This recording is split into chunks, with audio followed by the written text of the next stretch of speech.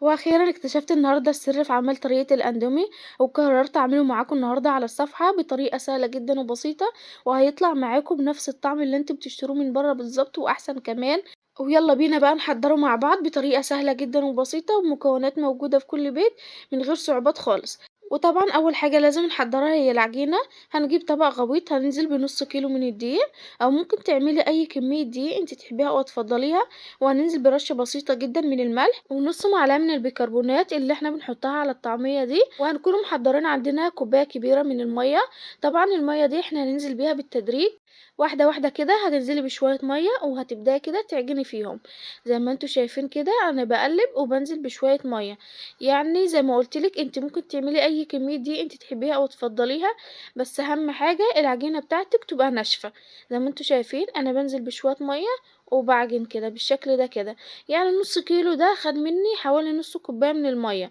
طبعًا أنا مش هاستخدم مَيّة تاني كده، أنا هاشيل المَيّة دي وأحطها على جنب، وهابدأ كده أعجن فيها واحدة واحدة كده لغاية لمّا ألِم العجينة معايا، زي ما أنتم شايفين كده العجينة ناشفة معايا ودي العجينة المضبوطة بتاعة الأندومي، أهم حاجة العجينة تبقى ناشفة معاكِ بالشكل ده كده، طبعًا أنا حطيتها كده على الرخامة ونزلت عليها حوالي معلقتين صغيرين كده من الزيت، ما تكتريش هُم معلقتين بس، وهتبدأي كده عجن في العجينة لغاية لمّا تلمي العجينة بتاعتِك، وزي ما قُلت لِك العجينة أهم حاجة تبقى ناشفة معاكِ، ما ينفعش العجينة بتاعتِك تبقى طرية،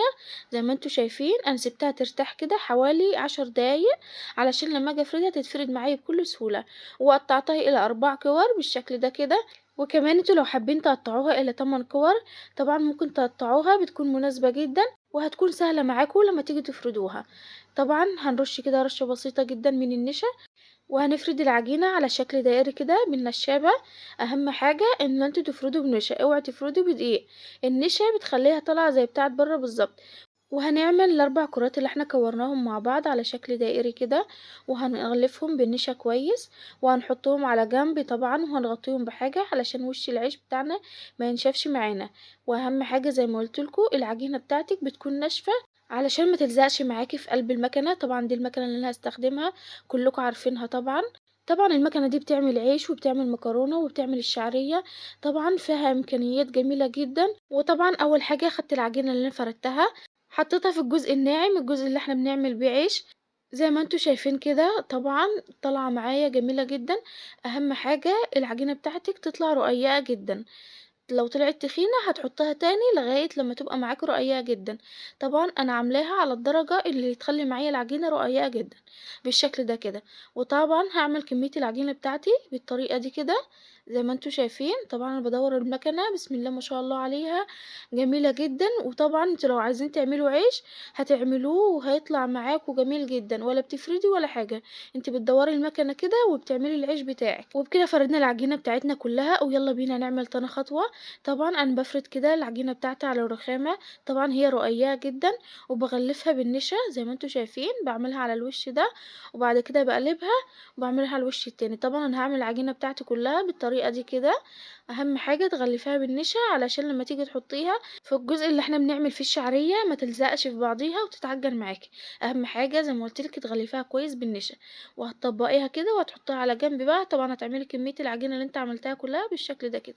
ويالّا بينا بقى ندخّل بقى العجينة بتاعتنا في المكنة على الجزء الأولاني اللي إحنا بنعمل بيه الشعرية، شوفوا بسم الله ما شاء الله عليها طالعة معانا جميلة جدًا، ولا هي متعجنة ولا بتلزق في بعضيها، طبعًا أول حاجة علشان العجينة معانا ناشفة، وتاني حاجة علشان إحنا غلّفنا العجينة بتاعتنا بالنشا، زي ما أنتم شايفين بسم الله ما شاء الله عليها ما بتلزقش كده في بعضيها ولا أي حاجة، مهما تعملي عمرها ما هتلزق في بعض، وطبعًا هتعملي العجينة بتاعتِك كلها في الجزء بتاع الشعرية ده بسم الله ما شاء الله عليها، أنا بانصح أي حد يجرّب الأندومي ده في البيت، طالع يا بنات جميل جدًا وممتاز وطالع زي بتاع برّه بالضبط، بسم الله ما شاء الله عليه، زي ما أنتم شايفين بسم الله ما شاء الله العجينة ما بتلزقش في بعضيها، وطالعة مفرولة كده زي ما أنتم شايفين هي بتحكي عن نفسها، يعني هي مش محتاجة كلام زي ما أنتم شايفين العجينة ناشفة وطبعًا متغلفة كويس بالنشا،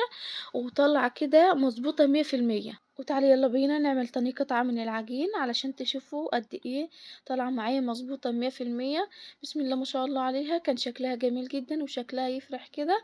وكانت الوصفة يعني من أولها كده الواحد كان متفائل بيها، بسم الله ما شاء الله عليها، شايفين قد إيه كده العجينة بتاعتي ما بتلزقش في بعضيها، والشعرية طالعة معايا مضبوطة زي ما انتم شايفين، حاجة جميلة جدًا وفي منتهى الجمال. يلا بينا بقى ندخل على تاني خطوة، ويلا بينا نشوف هنعملها ازاي. وأول حاجة هنحتاجها معانا هنجيب عودين من الأعياد الخشبية، وهنعمل العجينة بتاعتنا بالشكل ده كده علشان نطلعها مظبوطة زي الأندومي. وطبعًا يا حبايب قلبي زي أي ست بيت بتحب تشغّل دماغها وبتحب تختصر وما بتحبش تتعب في نفسيها، طبعًا أنا قُلت بقى إيه بدل ما أضبّطها بقى وأعملها شكل الأندومي، وكده، كده لمّا باحطها في الشوربة الشكل ده كلّه بيفُك وبترجع زي ما كانت الأول، فأنا قُلت بقى أعملها أي حاجة كده، مش لازم يعني نعمل شكل الأندومي، بس أنتم بقى لو عايزين تعملوا الشكل زي ما هو هتقعدوا بقى تضبّطوا في العجينة وهتطلّعوها مضبوطة 100% زي اللي أنتم بتشتروها من برّه بالضبط. وهناخد العجينة بتاعتنا وهنحطها على صاج أو على الصينية بتاعتنا، وطبعًا علشان ننشفها في الفرن، هندخل بقى الصاج بتاعنا في الفرن على درجة حرارة هادية جدًا، يعني عاملة زي أشعة الشمس كده، علشان ما تتحرقش معاكِ. طبعًا بتاخد وقت منِّك في الفرن، بس أهم حاجة الفرن بتاعِك يبقى على درجة حرارة هادية. وده شكل الأندومي بتاعنا بعد ما طلع من الفرن، بسم الله ما شاء الله عليه نشف، زي ما أنتم شايفين عندنا واحدة صفرا وواحدة بيضا. تعالوا أما أقول لكم بقى إيه السر، إيه اللي بيخلّي دي لونها أصفر ودي لونها أبيض. أول حاجة طبعًا هنجيب الفرشة بتاعتنا، هنحطها في الزيت وهندهن الأندومي بتاعنا بالشكل ده كده، وطبعًا هتدهنوه من قدام ومن ورا بالطريقة دي كده. وتعالوا أما أقول لكم الشركات بقى بتعمل إيه، طبعًا بتاخد العجينة دي وبتقليها في الزيت، بس إحنا مش هنعمل كده علشان طبعًا صحتنا حاجة إحنا عاملينها في البيت، إحنا هندهنها كده دهنة بسيطة جدًا من الزيت بالفرشة علشان تطلع معاكم يعني اللون الجميل زي اللي أنتم بتشتروها من برّه، اللون الدهبي الجميل ده كده. وبسم الله ما شاء الله عليها طالعة زي الأندومي اللي إحنا بنشتريه من برّه بالضبط، زي ما أنتم شايفين. طبعًا أهم حاجة ينشف معاكم. ويلا بينا بقى على أهم خطوة، الخطوة اللي هتخلّينا نتأكد إن هو زي الأندومي بالضبط. هنجيب حلة على النار هنحط فيها شوية من المَيّة، وهنسيب المَيّة لغاية لمّا تغلي معانا، وهننزل عليها بمكعبين من المرقة. طبعًا زي ما أنتم عارفين المرقة دي بتتباع في السوبر ماركت، مرقة الدجاج دي. وهننزل بالأندومي الجميل اللي إحنا عاملينه، شوفوا بسم الله ما شاء الله عليه. أهم حاجة بقى في الخطوة دي إن هو ما بياخدش أي وقت خالص على النار، هي دقيقة واحدة وبتطفّي النار عشان ما يتعجنش معاكِ. أنتِ أول ما بتنزلي بيه كده بتقلّبيه تقليبة وتقومي طافية النار على طول، علشان ما يتعجنش معاكِ. أنا جرّبته قبل كده وسِبته شوية على النار اتعجن معايا، بس لمّا جيت أعمله لتاني مرّة عملته مضبوط زي ما أنتم شايفينه كده، طالع زي بتاع برّه بالضبط. هو بقى بتاع برّه والّا مش هو؟ وما أقولكوش بقى على طعمه، ما يفرقش، ده 100% أندومي زي اللي إحنا بنشتريه من برّه.